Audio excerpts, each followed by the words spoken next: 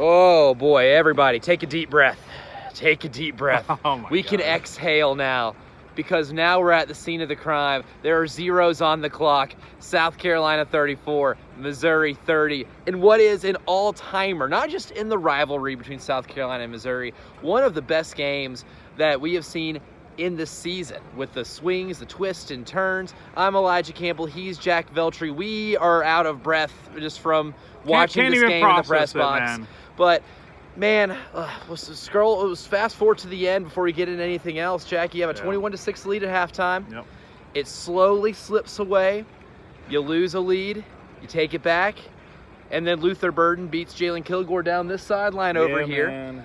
Gets into the end zone. Missouri takes a lead with 1 minute left. South Carolina had all their timeouts. Nick Harbor and Juju McDowell engaged in a funky, wacky reverse play on the kickoff, but it got him to the 30. A big pass play to Delvin Campbell helps set up the final touchdown. Shane used a couple timeouts. They ran the little shovel pass thing they ran back at the Alabama game back in October. And Rocket Sanders takes that shovel pass. And to quote the band Cake, he was going the distance. Yeah. And he ran over a Missouri player to get into the end zone, and he was not going to be denied. That was with 15 seconds left. That was the defining score, because then Brady Cook throws an interception, Jalen Kilgore, in the final seconds to put icing on that cake. Jack, I'm exhausted just recounting the last minute of this football game. Your takeaway from what was a wild, wacky night here at Williams-Brice Stadium. I don't even know where you start, because honestly, dude, I know it's just not just me. I really don't remember the first 59 minutes of this game. It's hard to. I got to think about it. I got to really think about it. Shane Beamer was quite honest. He said this game was a blur tonight. And honestly, I think it is okay that we don't recap every single moment from this game, because what matters is the final minute of this game. Look, we were talking on the way over here, man. This team is resilient. They just don't quit. They refuse to lose, as you literally put it to me right before. I'm like, man, that is the story of this season for South Carolina. Regardless of how this year finishes out, I know they're 7-3 right now. They're probably going to go 8-3 and then go into Clemson with a chance to go 9-3.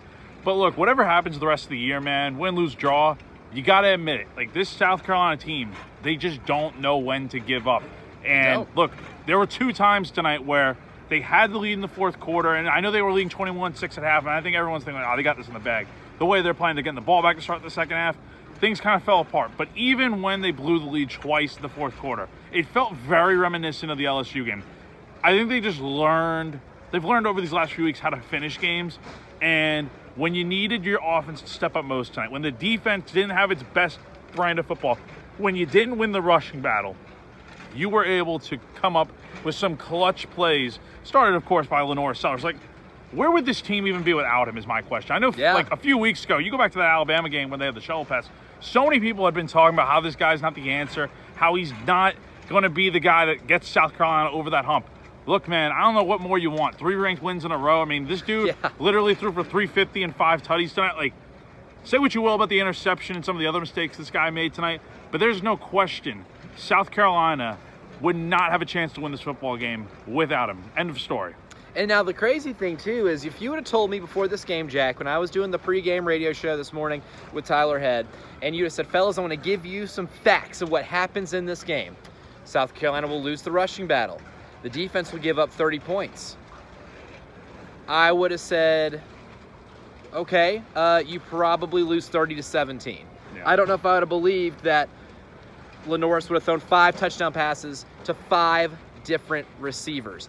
I don't think I would have had that on the bingo card. I don't know if that is exactly what would have happened. If you had told me again that Lenore Sellers breaks on a 3rd and 10, breaks a tackle, where Johnny Walker, one of the best edge rushers, not just in the SEC, but in the great nation of the United States of America, one of the best that's around. That play changed the game. Breaks the tackle. That play changed everything. Rolls around tonight. And finds Brady Hunt, a guy who has caught, I don't know, a handful of passes this year. He hasn't done squat this year. He hasn't caught a pass. He hasn't got his chance, man. That's the story of tonight, man, is that you had so many unsung heroes in this game. Yes, Lenore Sellers had the go-ahead play, breaking out of the sack and whatnot. We'll talk about that in a second. Jalen Kilgore had the game-winning or game-sealing interception. But this game is not won without Nick Harbor, number 1, How about that? Number 2. Got a touchdown down that corner back there. That gets lost in translation. That's the because, scene of that crime. We got a Nick Harbor sighting twice. Two big ones. That happened in the first quarter.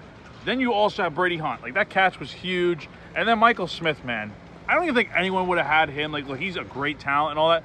But he hasn't really like had that big moment since like probably like the Kentucky game or maybe even a little later. But you know, he like all these guys that stepped up tonight, it just shows. Dale Von Campbell, another big one. Like, I don't think anyone had those guys on the bingo card tonight making the impact that they did. But again, we've talked about it all year. Mainly we talk about this on defense. The depth they have is legit. And it doesn't just go for the defense. It doesn't just go for special teams. It goes for literally any position on this team.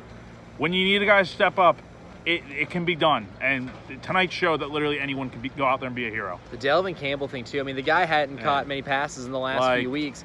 And he had twice. He set up 2 different scores. The one to Michael Smith and the game winner. He made 2 of the biggest plays of the game by just getting himself open, running down the sideline, and just putting this team in position to be able to score. One fascinating thing I thought about tonight, too, to add to just the list of things that if you were told this before the game, you might not believe that South Carolina is leaving this building with a dub. You go for it on 4th down 5 times, you don't get it 3 times. That's the crazy And part. a lot of that was on runs, right? Frank Beamer. I said Frank Beamer because I'm looking at Frank Beamer. I'm looking at him. Shane's doing his TV show, and I saw Frank sitting on the bench, so paying homage there. But it really felt like Shane was feeling himself whenever he was going those 4 downs, which honestly, he was getting ripped apart for it online. But they weren't playing this game to lose, man. They weren't playing for overtime. They were playing to win this game. And look, Honestly, get it. I don't mind it. I like the aggressiveness. It's the trust in your team to be able to pick up a yard or 2 each time. Now, the 4th and 4, that was kind of because it was the pass play that went. Didn't love the play. Didn't love the play. And I get it. Maybe you don't like, again, the field goal kicking, let's be real, it hasn't been really there this year. Like, not enough to rely upon. Especially not from that deep either. Now, the 4th and 1, the other decisions where you didn't get it, but maybe even somewhere you did, and it's short yardage, I feel good about running the football there. Look, the one where Rocket just kind of got stuffed at the line, then he had to break off and kind of bounce off and try to get the first. When Torricelli Simpkins got pushed into Rocket, at the line of scrimmage, it was doomed from the beginning. Look, the blocking wasn't great tonight. The defense wasn't fantastic tonight. But you know what? Who cares, man? They got the win. That's literally all that matters. Like, you can talk about this and that and all the things that went wrong in this game and how Shane Beamer didn't do a great job coaching tonight. But you know what, man? They coached to win this game, and they got the job done. They're 7-3 on the year. I mean, look, we're going to look back at this game and only remember how this team came back at the end. We're not going to remember, Shane Beamer in South Carolina went for it 5 times. They blew a 21-6 lead. Yeah. They won the game, man. This game could have been another loss, another letdown for South Carolina, another game where it's like, too good to be true. But you know what? This team's different, and something just screams that they don't give up, they don't quit, and they always seem to find a way to get the job done. Jack Veltri, you know what great teams do when they still don't have their A game? They still win. Literally, that's the craziest part. Good teams can win games whenever they're playing to their MO, and their bread and butter is clicking, everything's working, plan A works, so you never have to go to plan B. Yep. Good teams win those games, right? But good teams don't often always times whenever plan A is taken away and plan B is taken away and the things that you do best you're not doing very well. Those teams don't oftentimes pull out wins, especially against ranked teams, especially against teams that, mind you, have beaten you 5 straight times. And then the coach on the other end has beaten you just as many with a different school. Literally. There's a history between these 2 teams, between Missouri, South Carolina. Eli Drinkwitz, Shane Beamer, good, evil, heaven and earth. I mean, they're like there's a relationship there. Good teams would still find ways to lose that game if the opponent's taking away your strength or they're running over your defense. They're doing things that don't typically happen. Great teams still find ways to win the football game. That's and what South Carolina showed was tonight, they're a great football team, man. This is one, it's amazing in August when we were standing here after the Old Dominion game, we had so many questions about this team. But now you've got 3 straight wins against 3 straight ranked teams. 4 wins in a row, though, overall. And then you go, potentially, it's the best SEC season since what, 2016? I think it was 2017. 2017, they won 9 games. So. Yes. So this will be the most wins you've had in the SEC in 7 years. It's been a minute. It's been a minute. In an SEC that's been harder with a schedule that coming into the year we said was going to be a gauntlet. It is the number 8 strength of schedule in America. You're now at the point where if you just handle business against Wofford here next week, you can go into the Clemson game at 8-3 with a chance to Yeah. really put a special stamp on the season and make the committee.